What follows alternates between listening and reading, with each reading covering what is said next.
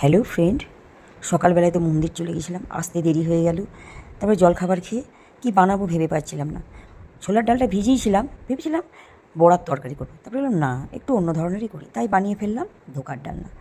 ছোলার ডালের মধ্যে দিয়ে দিলাম কাঁচা লঙ্কা, আদা, দারচিনি, এলাচ দিয়ে মিক্সিতে একটা ফাইন পেস্ট বানিয়ে নিলাম। পেস্টটা বানানোর পর কড়াইয়ে তেল গরম করেছিলাম, কড়াইয়ের তেলের মধ্যে এই পেস্টটাকে দিয়ে দিলাম, তার সঙ্গে একটু জলও দিলাম।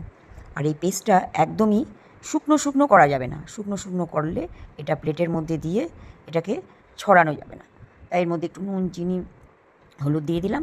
তারপর এটাকে একটু শুকনো শুকনো করে যাতে প্লেটের মধ্যে একদম দিয়ে একটা মণ্ড টাইপের তৈরি করা হয়, এই যে এটাকে নেড়ে নেড়ে হালকা ভিজে ভিজে রেখে এটাকে একটা প্লেটের মধ্যে দিয়ে ছড়িয়ে নিলাম। ছড়ানোর পর এটা চাকু দিয়ে কেটে নিলাম।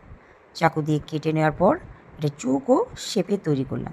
তারপর এটা কিছুক্ষণ রেখে দিলাম, একদম ঠান্ডা হয়ে গেল। ঠান্ডা হওয়ার পর এটাকে ভেজে নিলাম। ঠান্ডা হওয়ার পর ভাজলে এটা দেখবে ছেড়ে যায় না, আর গরম অবস্থায় ভেজে নিলে এটা ছেড়ে ছেড়ে যায়।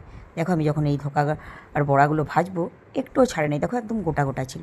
তারপর কড়াইয়ে একটু 5 ফোড়ন, শুকনো লঙ্কা ফোড়ন দিয়ে আর নুন, হলুদ, টমেটো বাটা, কাঁচা লঙ্কা বাটা, আদা বাটা, ধনে, জিরে সব মিক্সিতে একটা পেস্ট বানিয়ে একটু সিদ্ধ আলু দিয়ে একটু তরকারি টাইপের করে নিয়ে যে ধোকার বড়াগুলো ভেজে রেখেছিলাম সেগুলো দিয়ে দিলাম। দেওয়ার পর একটু ওপর থেকে দিয়ে দিলাম একটু রোস্টেড জিরে ভাজা আর একটু গরম মশলা। তারপর গরম গরম ভাতের সঙ্গে দিয়ে সার্ভ করে দিলাম এই ধোকার ডালনা। আমার এই ধোকার ডালনাটা কেমন হয়েছে বন্ধুরা, তোমরা আমাকে কমেন্টে জানাবে। তোমাদের ধোকার ডালনা খেতে কেমন লাগে? আমার তো ধোকার ডালনা খেতে খুবই ভালো লাগে।